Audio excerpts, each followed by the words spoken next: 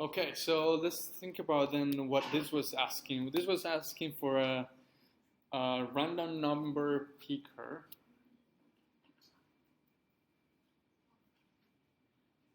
And then you could specify basically like a minimum or a floor.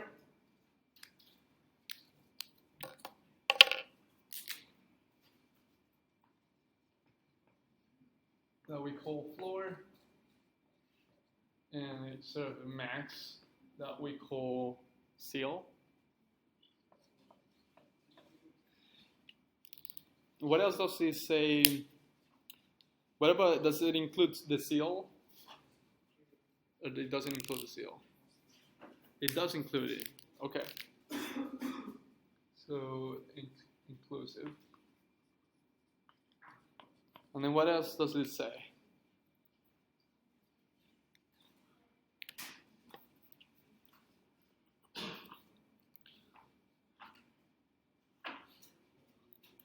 So create, we want to create an array from the minimum to the max. Does that sound correct?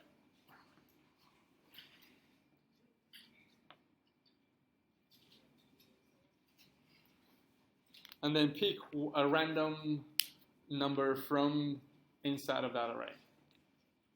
That sounds clear? Yes. Cool. And then reply with that. And then, so the tricky part was sort of like accessing the query parameters. Does that make sense? So let's have a server real quick here. Did I open code? I thought I opened code. Code.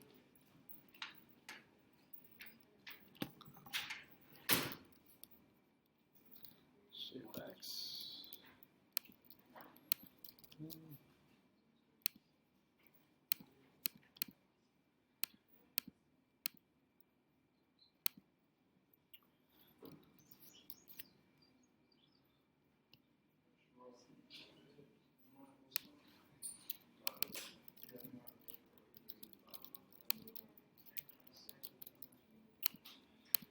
Okay, so let's create here a basic server. Let's express.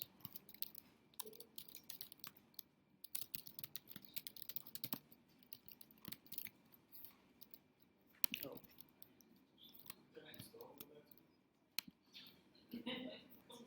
Good catch.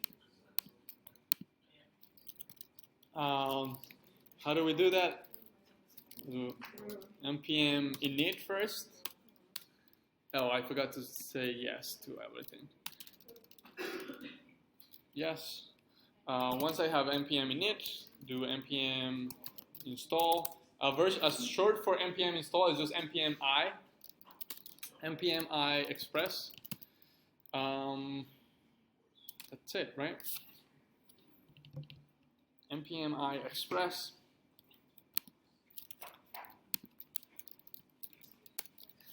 And we have that here.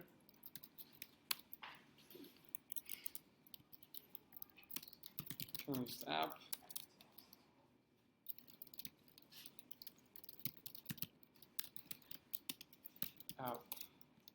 App.listen. I'm gonna hardcode the port here.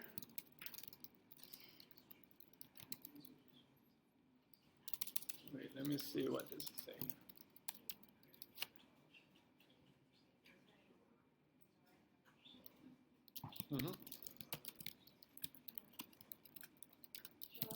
Console log.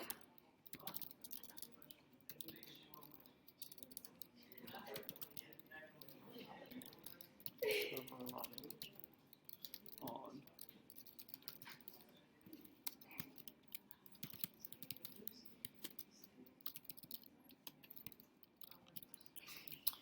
Cool. So let's see if this works.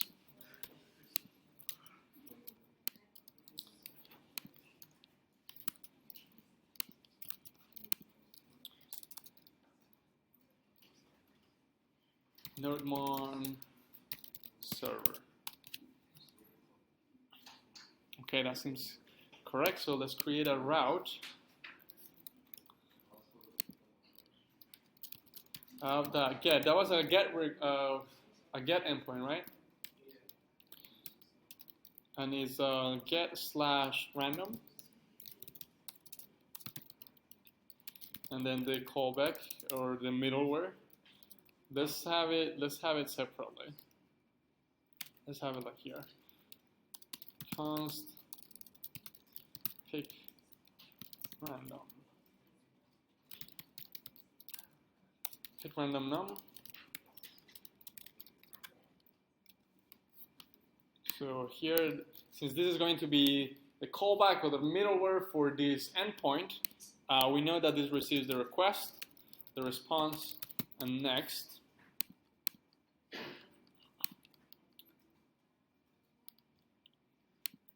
And then I'm going to pass that as my second argument to app.get. Pick random num. So any request that arrives here is going to be sent here. Just to verify that we have everything connected correctly, let's do like console log / random route was hit. And maybe let's just do also, besides console login, let's do rest.send, same message. Just to see. I'm going to try this with curl, since we are here. Open this here, curl, HTTP 3000, random. Cool, so we get the response is / random, route was hit, and we still it's console logged as well. Questions up until this point? Great. Cool. So now to get into query parameters, so we want to send a request that has /seal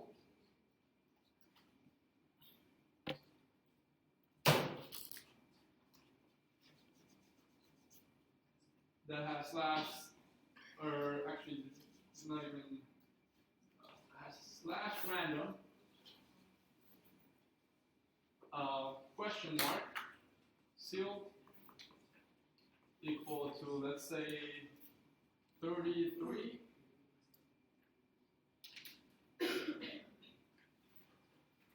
and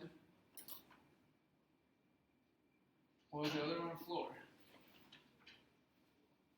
equal to, let's say, 10. So we want to have a URL that, or a route that is going to be able to handle this URL, right? Or this endpoint. So in fact, so we don't need to and I said this when was it? No, not Monday, Sunday. So you don't need to add anything here. You won't need to add anything at the end of this here to handle the query parameters. You don't need to add anything here to the end to handle the query parameters. The query parameters are handled by default by Express. So basically what I just need to do is I need to specify that I want to listen for this endpoint, just /random. That's the only thing that I need to do, which we're already doing. So note here, we have this /random, and then the pick random function will be called, and then we have this. So let's look at, let's leave that console log. So note here that if I do, I'm going to do curl again, and I'm going to just specify here the question mark, seal equal to 30, and floor equal to 10. My terminal is putting these backslashes. If yours is not doing that, that's fine. This is because I'm doing it in curl. In Postman or in the browser, it won't show those backslashes. It's just because backslashes have a special meaning in the terminal. No, not the backslash, like the equal or the and have special meaning, and the backslash is saying it's escaping those. It's escaping the special meaning because I want those to be sent to with curl. So here I have, in my server, I have a route that is attending routes as attending request, get request at /random, and I specify some query parameters. Let's hit enter, and we see that the -random /random route was still hit, right? And that is the default behavior. That is correct behavior. Even though I have some other stuff in the URL, right? The endpoint is still this /random. Like you could think of, this doesn't count. In reality, this doesn't count as part of the endpoint. These are query strings or query parameters to the endpoint, but they don't count towards the endpoint per se. The endpoint is just /random. If you have 1,000 of query parameters, and this route will still be hit. Questions to this point, or comments?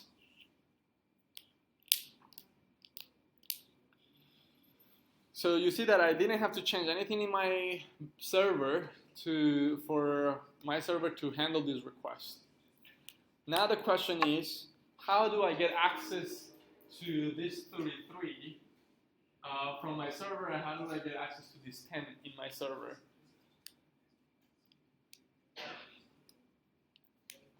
So who can share with us, how do we get access to this 33 that is traveling in the URL and this 10 that is traveling in the URL from my server?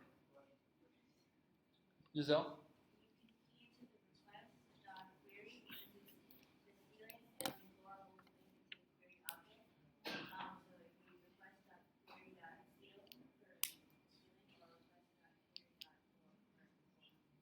Perfect. Did everyone hear that? One more time, please.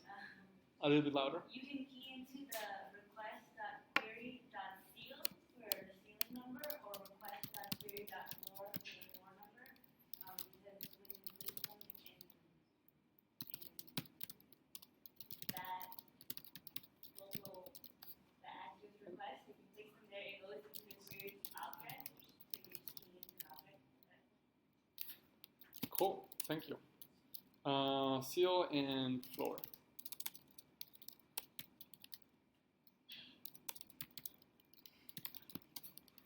So let's do this like here. Seal, comma, requery.seal, floor, requery. Floor. So let's try this. I'm going to remove this other console log. Now I'm going to hit the same route with the exact same query parameters, hit enter, and now here in the console log for the server we have CO30 and floor 10. So as Giselle said, when you specify query parameters in your URL, those are automatically captured by Express, and they become available to you for use under the request.query object. In fact, if we do like, let's do console.log request.query, rec.query, comment these two. Let's see that again, repeating the request with curl. We see that the request.query is this object that has as many properties as query strings in the URL. If I add one more, instructor Alejo, now the rec.query has 3 properties, or the query object will have as many properties as query strings in the URL. So the key here for that was to remember rec.query. And why do you think Express does that by default? Like parsing the query URLs.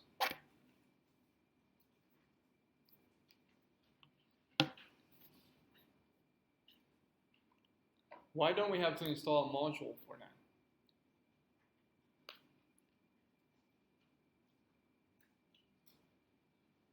is much simpler than what you might think. Joy? So many people use it.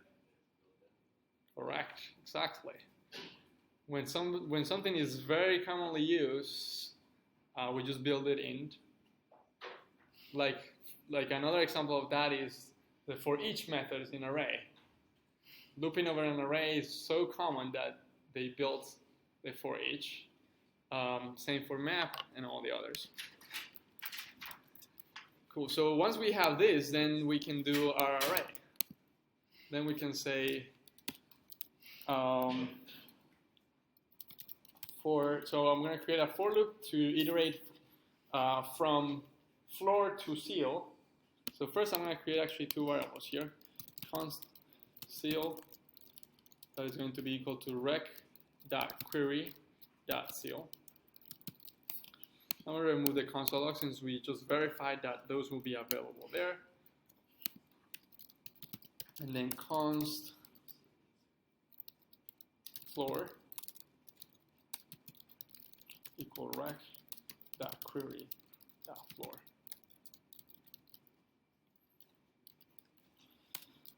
Then I'm going to create a for loop that will start at floor.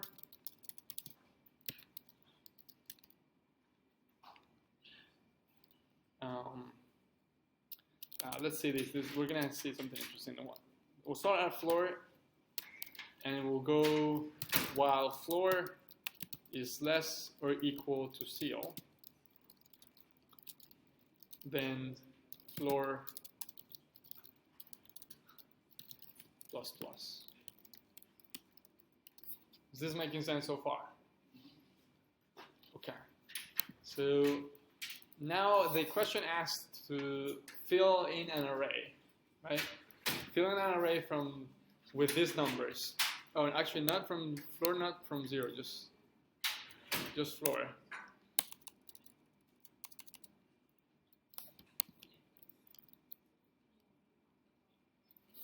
Did you know you could leave the initialization of the for loop empty? Let's see if it doesn't break.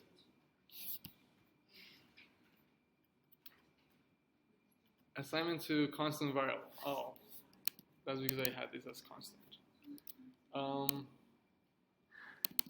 Since it's too late, we're gonna see that we're gonna improve on this. Let's just see.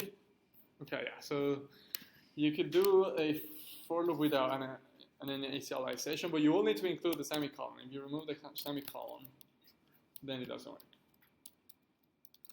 But if you have this, then you'll probably want to write just a while loop. Cool. So in here, what we want to do is fill in an array. So I'm going to create a variable array,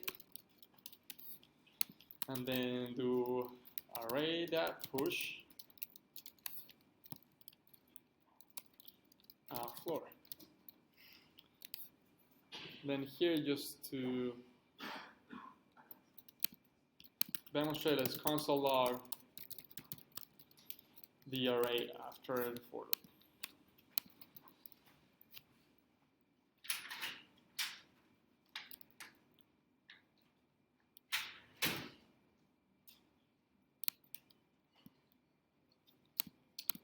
Console log the array to see if it's being created.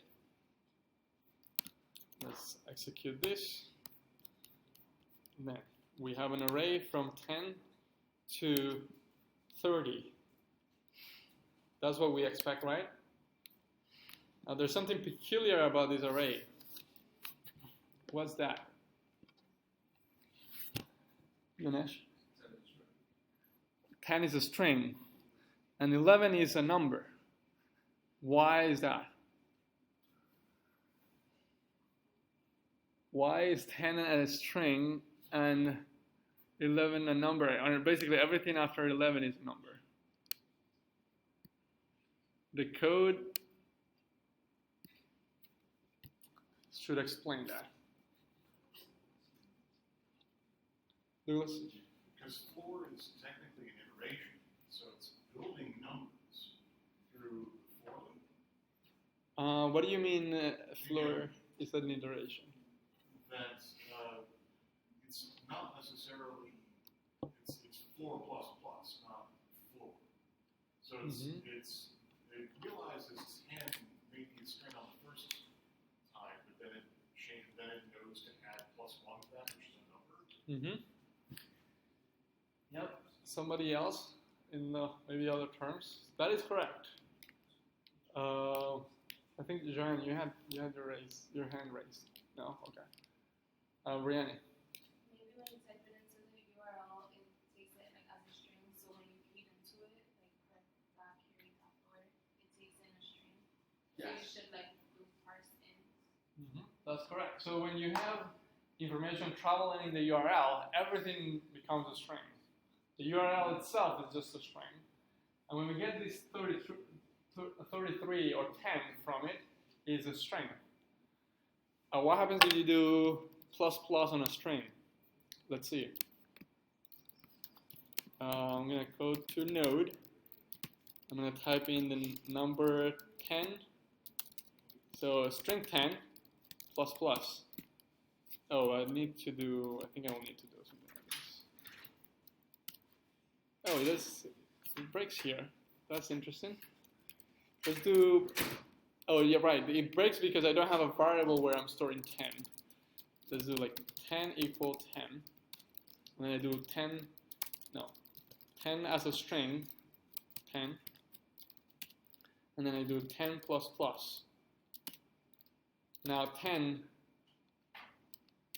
changed to 11, the number. So this is known as type coercion, which is the more technical term. But what that means is that JavaScript is coming here is the conversion of one type to another. Basically, when JavaScript is looking at here, it says that 10 is the string 10, 1 and 0. And it says that you're trying to do math with that. And JavaScript is very helpful. And it says, oh, you're trying to do math on this thing that's a string. I'm going to try to convert that to a number. If the conversion is successful, then I'm going to add 1 to that. If it's not, then I'm probably going to give you none. So in here, when you do 10 plus plus, even though 10 is a string, the plus plus is a mathematical operation of adding 1, right? And then JavaScript is comparing the two things, like the number 1 that you want to add with the string 10. It tries to convert that 10 to a number, that 10 string to a number. If that conversion is successful, in this case it is, because the string 10 does represent a number, then it converts that and then adds the 1. What if you do like, so 10 is 11. Let's change now 10 to be ABC. And let's do 10 plus plus. We already saw nan, and now we see that 10 is nan. That is because JavaScript tried to convert this to a number with parseInt or the number, and it couldn't. It returned nan plus 1. That's just nan. So, as Brianne said, we should parse this number here. Let's do parseInt ceil for the ceiling and for the floor as well. It's also interesting that the conditional also worked, right? At the beginning, they were both strings. And the conditional, even though floor changed to a number after the first iteration, but ceil never changed. Ceil was still the string 11. But JavaScript was still converting the two, converting ceil for doing the math operation, which can be very confusing. And it's a source of frustration for other developers that come from programming languages that don't do this. We still saw that quit this. Curl. Oh, I have this closed. NodeMon server. Cool. So still going up to 30, even though 30 still was a string. Well, actually, now we changed it to number. Cool. Is that clear what was going on there with the conversion of types? You have to be very careful with that. And always inspect. You know that what I'm doing here is I code a little bit and I console log what I'm getting, and I code a little bit more and I console log what I'm getting. A lot of the time we will just code and like assuming that it was gonna work, and then we try to console log at the end or hope for it to work, and then it turned out that from the 5 things that you did, the second one doesn't work. And so you want to be checking at every step, verifying your assumptions. So cool, so we have our array from that to the other. So let's start to return some JSONs since we had to do res.send. I'm gonna do res.json now. The JSON that the question asked to return was something like numbers or range.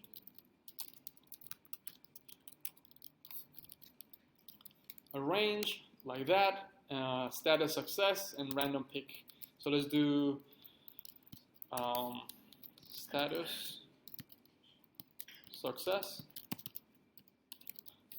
range, range is like an array with the floor on the left and the seal on the right. And random pick, rand pick. We still don't have the rand pick, so let's just hard code it here to like 0.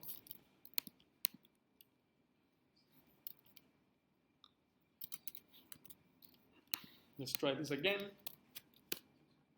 Cool, so we get a JSON string now, status success, range 31 to 30, random pick 0. Here's another bug.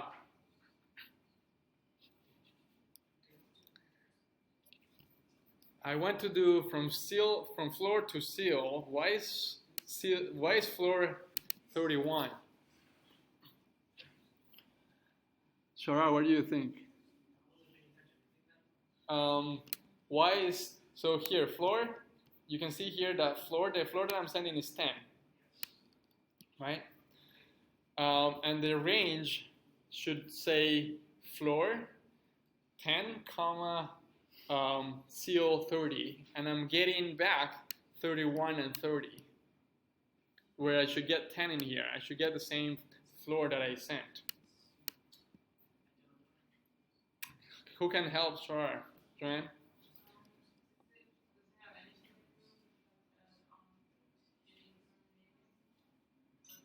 It has everything to do with the fact that it's being incremented. Thank you. Yes. So here, I'm incrementing floor, right? So floor goes from 10 to 30, and then to 31, and then it stops because 31 is not less or equal to 30. And then after that, floor remains 31, and then we console the array, and then we send the values of floor, which at the time will be 31, and seal will be 30.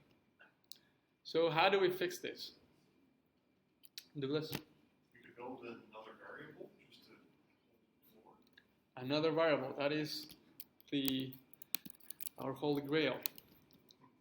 So let's do in here, instead of using floor, let's use I that starts at floor.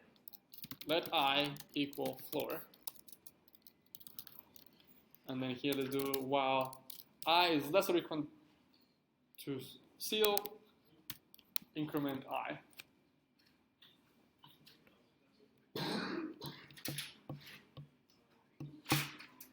Let's see what this gives us.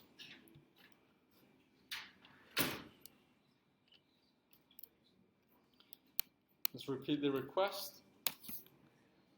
Nice, now we have a proper range, 10 to 30, because we never modify floor anymore.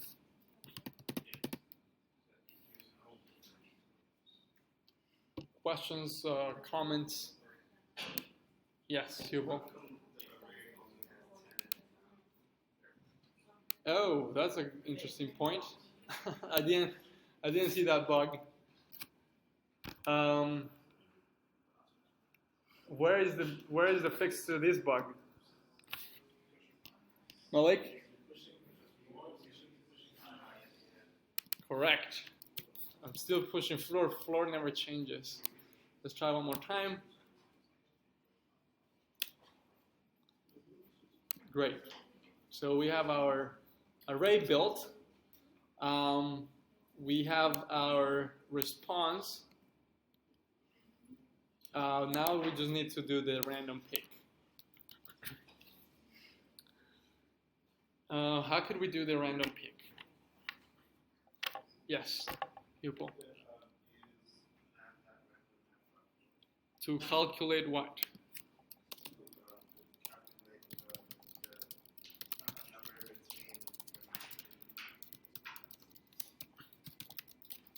To calculate, or basically to calculate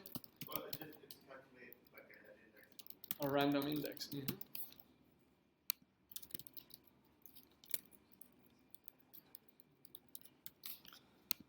So let's do that here. Let's do let random index equal to math.random.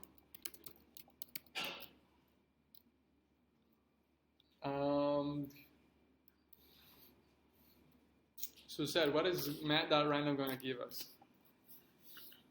Just math.random. Like a random. Mm-hmm. Yeah. A random number, yes. In what range? There is actually one specific range. Who knows the range? 0 and 1, but not including 1. That is a detail. Not including 1. So you're gonna get with math.random, you get a number from 0 up to 0.9999999. Never including actually 1. So what we do here is we take that number from 0 to 1, which could be like 0.5, and we sort of scale it to the range that we want, which in this case is math.random. In this case, the range that we want is times, correct, the difference between seal minus floor.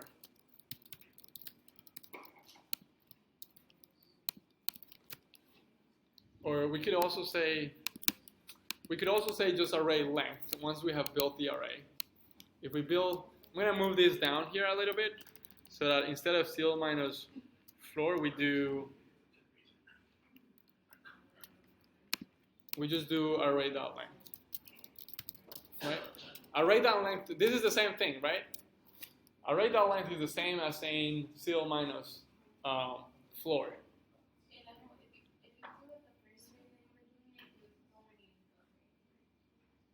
Yes, that is true. Who realized that when you were doing this exercise? Who realized that you didn't need the array?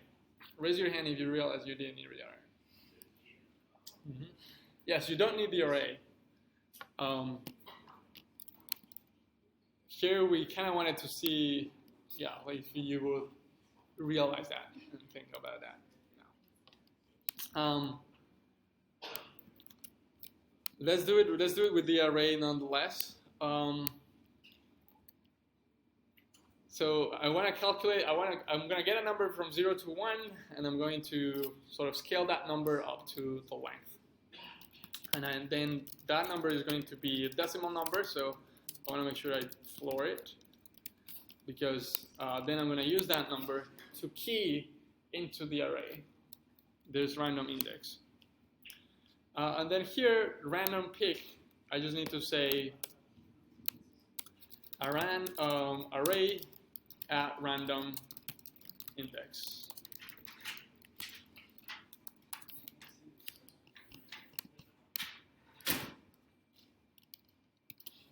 And this, I think, will be it. Let's try that. Repeat the request with curl. Note that I'm sending seal 30.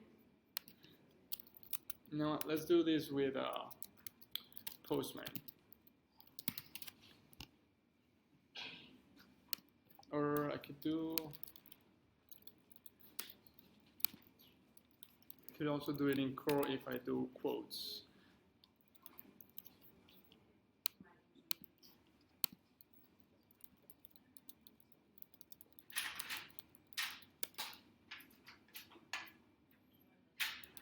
So this is, yeah. So that we can see it better, I just I have quotes around my string, my URL, HTTP localhost 3000, random, question mark, seal 30, and floor 10, and instructor Alejo. And then I'm gonna hit send, and then I get success, range 10 to 30, random peak 10. Let's repeat it a couple of times to see if we get a different number. We got 23, 27, 23 again, 21, 12. So that works.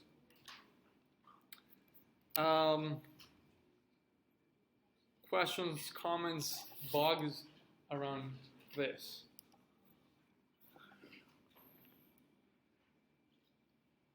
There's a few, yeah. Question about this. If I wanted to do another next, is there any way to get the array to next without making it global? That's a good question. The only way in which you could do that is if you add the array to the request object. So since the request is an object, you could add another key of whatever name you want. Could be like array. And then since you know that the request will be traveling to the next middleware, and the next middleware, if you do like rec that array, you will get it there. Yes, that's the way.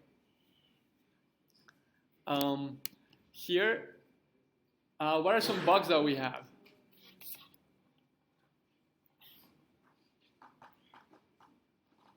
Yes. We still haven't parsed the integers. We have. Okay. Oh, I missed it. Mm-hmm. Yes, Janesh? They could not be numbers. They could be strings. So what if I put in, let's remove instructor IO. You can see that it doesn't matter how many query strings you add. I have an extra here, and it doesn't break, it just ignores it. I'm not using that one for anything. What if I pass in like floor ABC? Let's see how this will work. Then we have success, apparently, range 0 to 30, and we got here an empty array.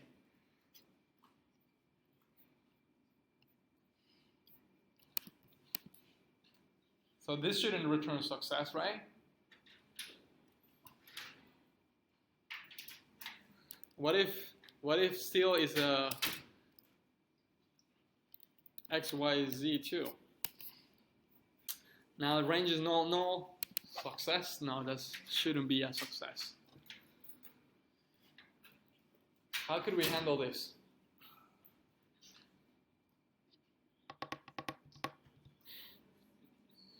So, Peter, how could we handle the fact that if we seal and floor are not numbers, we get a success message? We shouldn't get a success, so how should we handle this? Brianna? Let's hear Brianna. Maybe have another middleware function and have it a statement. Yes, that is a great idea. That was going to be my second suggestion let's maybe just an if statement and return like send or JSON error, but I think I like that more. Yeah, let's have a middleware that will parse the numbers, and if the parsing of the numbers is not possible because they're not numbers, then return an error. Otherwise, call next and do the math.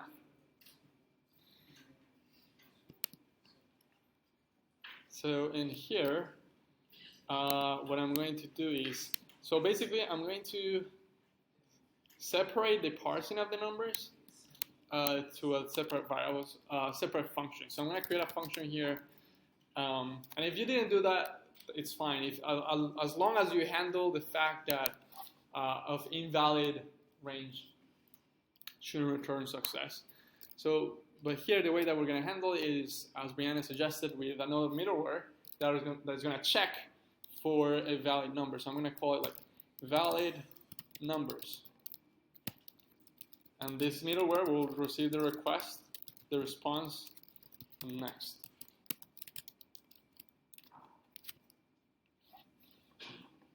So what this middleware is going to do is it's going to convert the numbers. If the conversion is successful, we have numbers, then let's go to the next one. If it's not, then let's quit with an error. So in here, I'm literally going to take these two variables from here and paste them here. So I have seal and floor, and then I'm going to check if seal is nan, or if floor is nan,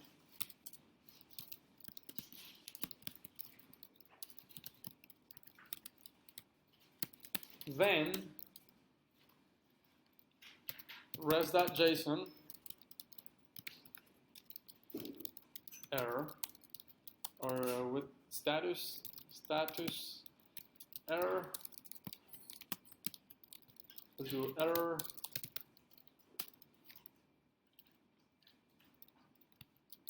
seal or floor is not a valid number.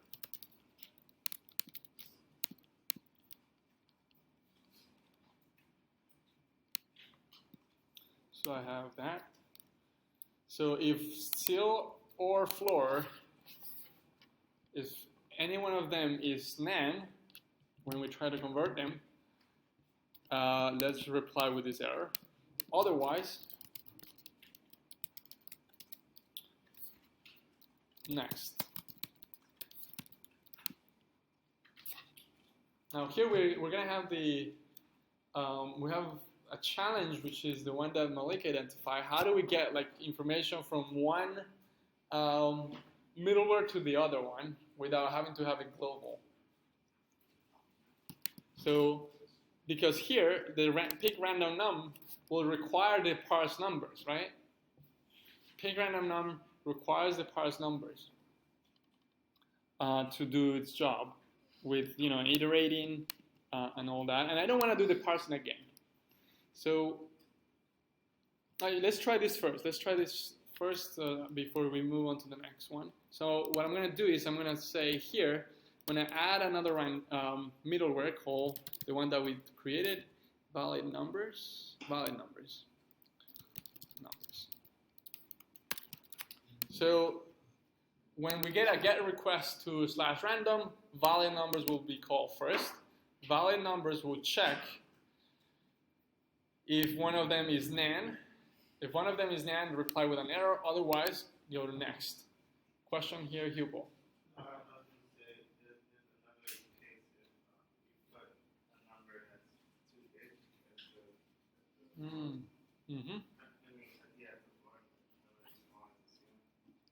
Oh, so if the floor is larger than the ceiling, that's another case. Yeah, let's handle that one next. So let's try this. So I'm gonna send the same, like floor ABC, seal XYZ. Thumbs up if you say this should fail, or this should give us a message. Status error, seal or floor is not valid. Thumbs up if it's gonna reply as we expect. And then thumbs down if we're still gonna get random null, range null. Cool. So let's see it. Now we have a middleware that is catching the invalid input, right? And nothing in the pick random num ran because we quit here. Or we're sending the response here. We're never going to the next. So let's put it back on. So this is good. This middleware, this is a common use for middleware, which is input validation.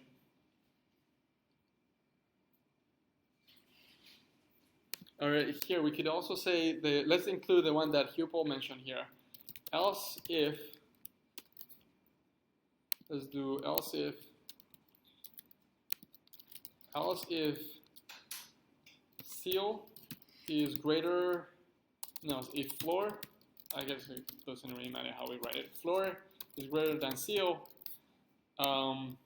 then reply with a message, error, seal is, or floor is greater than seal.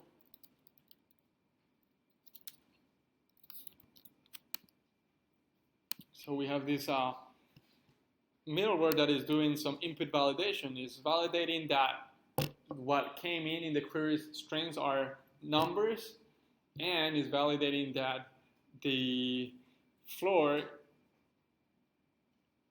is less than seal.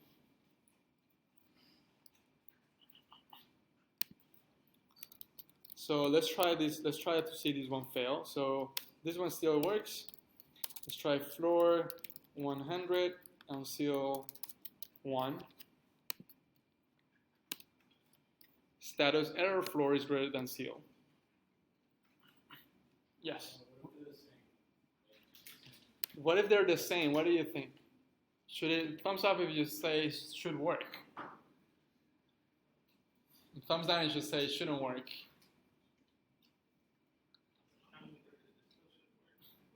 It should work, right? It's an array of one element. Oh, I guess let's see. If you have 10 and 10, you will build an array from 10 to 10, which ends up being an array of only one element. So, and it should pick 10, even though it's an array of one element. Let's try it before. So after here, let's try that. So we have some error that does some input validation, checking that we have valid numbers. That's that middleware. But as we said, we need to get the numbers parsed into the pick random num. We could have that. We could do that with a global variable, or what I suggested to Malik is you could just put them back in the request. And because the request travels through the middleware, then the numbers will be transported. So what I'm going to do here else is, let's do like rec.numbers .seal. Actually, I will do the rec.numbers this. Rec.numbers, I'm adding my own property because rec is just an object. How do you add properties to objects? You just say that whatever property you want. So I'm going to say rec, I call it like my numbers. My numbers, and I'm going to do seal here. Seal.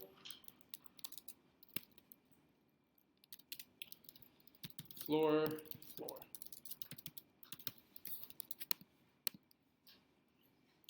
So here I put then my numbers now parsed back into the request on their appropriate number, my numbers, and then here I can just say,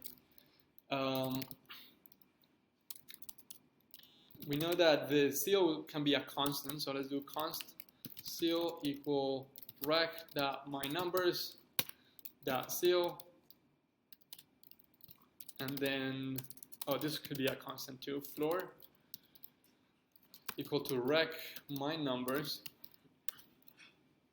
dot floor.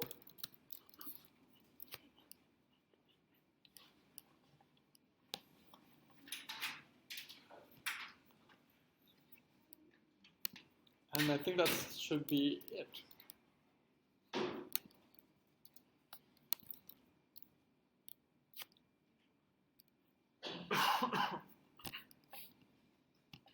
Let's try it out. I have still 1, floor 100, that still works. Let's try now like 33 and 10. Error floor is greater than seal. Okay, yeah, that's still correct. So let's do 10 here and 35 here. Success. We get a range from 10 to 35. Randomly picked was 21. Let's repeat that again. 23, 10, 32, and so on. Yes? Could I see my numbers once more? Sure. Request. This is the importance of like really being comfortable with objects, because objects are the building blocks of JavaScript and of a lot of other programming languages. Like if you think about it also, rec.query or rec.body, or like specifically rec.body, we saw that when we were not using the body parser, rec.body was undefined, right?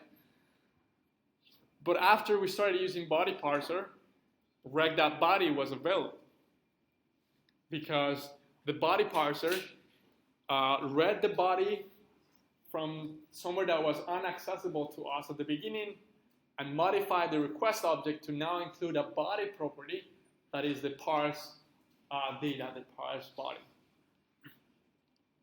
And here we're doing the same thing. We're just modifying.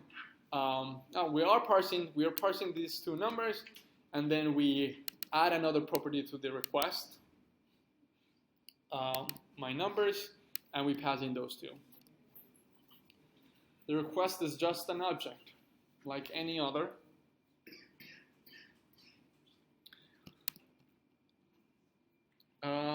So let's see the example where it's 10 and 10.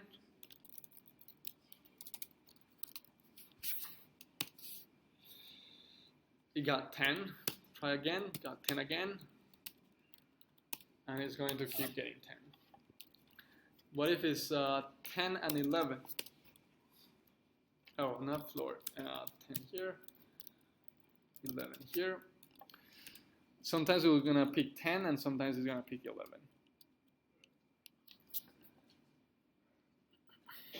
Questions or comments around this endpoint that has these two middleware?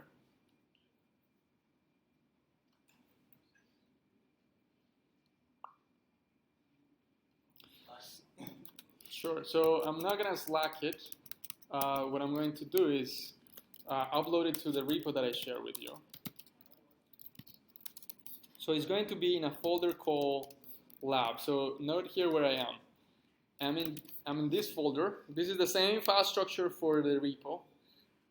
It starts actually from here. So I'm in unit 3, express middleware, and in here we have a folder called lab. That's where I was. So git status, git add, git commit,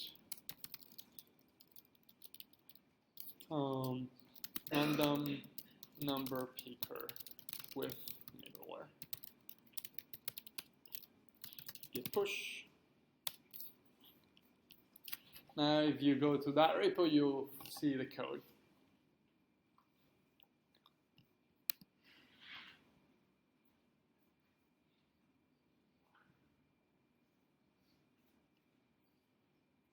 Any other bugs that this might have?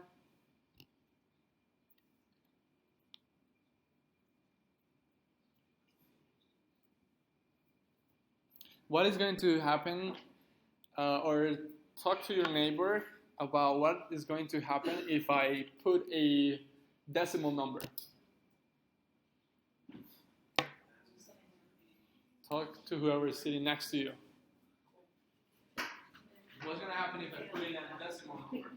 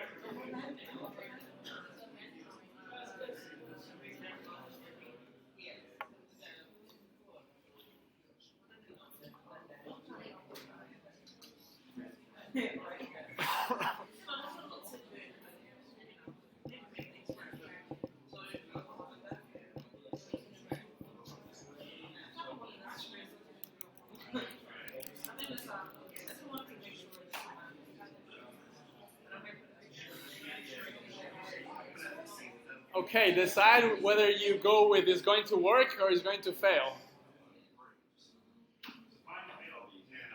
Yeah.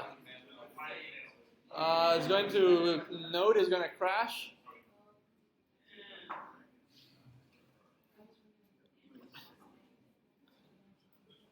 Node is going to crash, or you're going to see the JSON that says error.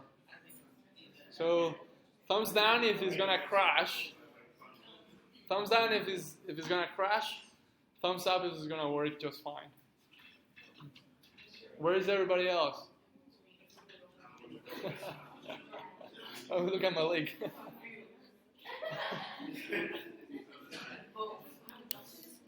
Here, the answer is here. So I'm going to go to node. I'm going to do 10.5 parsing 10.5.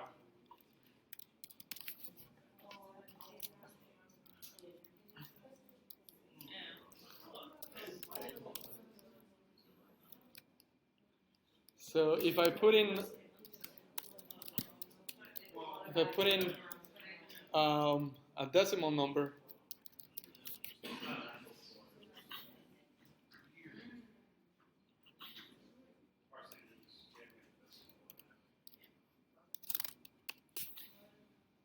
parsing will get rid of the decimals, and it's in its name. It's going to parse an integer. Yes. We could try. You could do parse float, but it's not going to work as we want, because then you have the potential to get a decimal index when you pick a random number.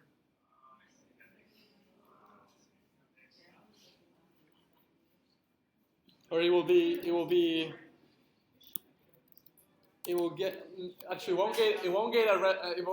get a decimal random index. What it will do is all the numbers, basically it will be from like 11.23, 12.23, 13.23 until it reaches something that is less than that, which will be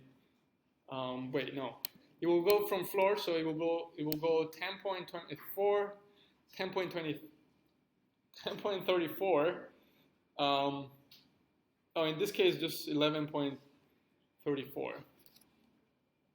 It will actually just do 1. In this case, it will go from this number to the ceiling. And on the second iteration, by adding 1 to 10.34, you get 11.34. And that is already higher than the ceiling. There's one more bug with this, I think. What if you put in 0 and 0?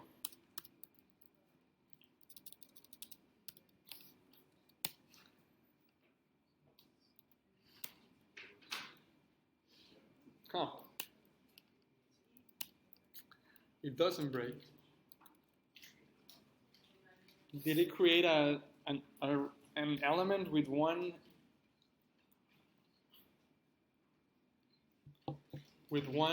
No, it's creating. Yeah, it is creating an array with one element. That's 0.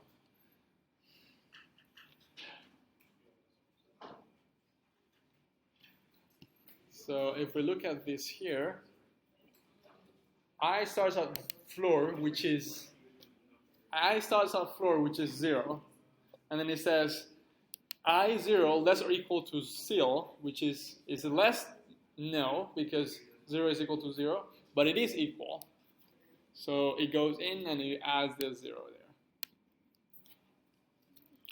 This will be depending on, this will be those cases where if you're building a project for a part of a team, you will meet and say, how should we handle this, right?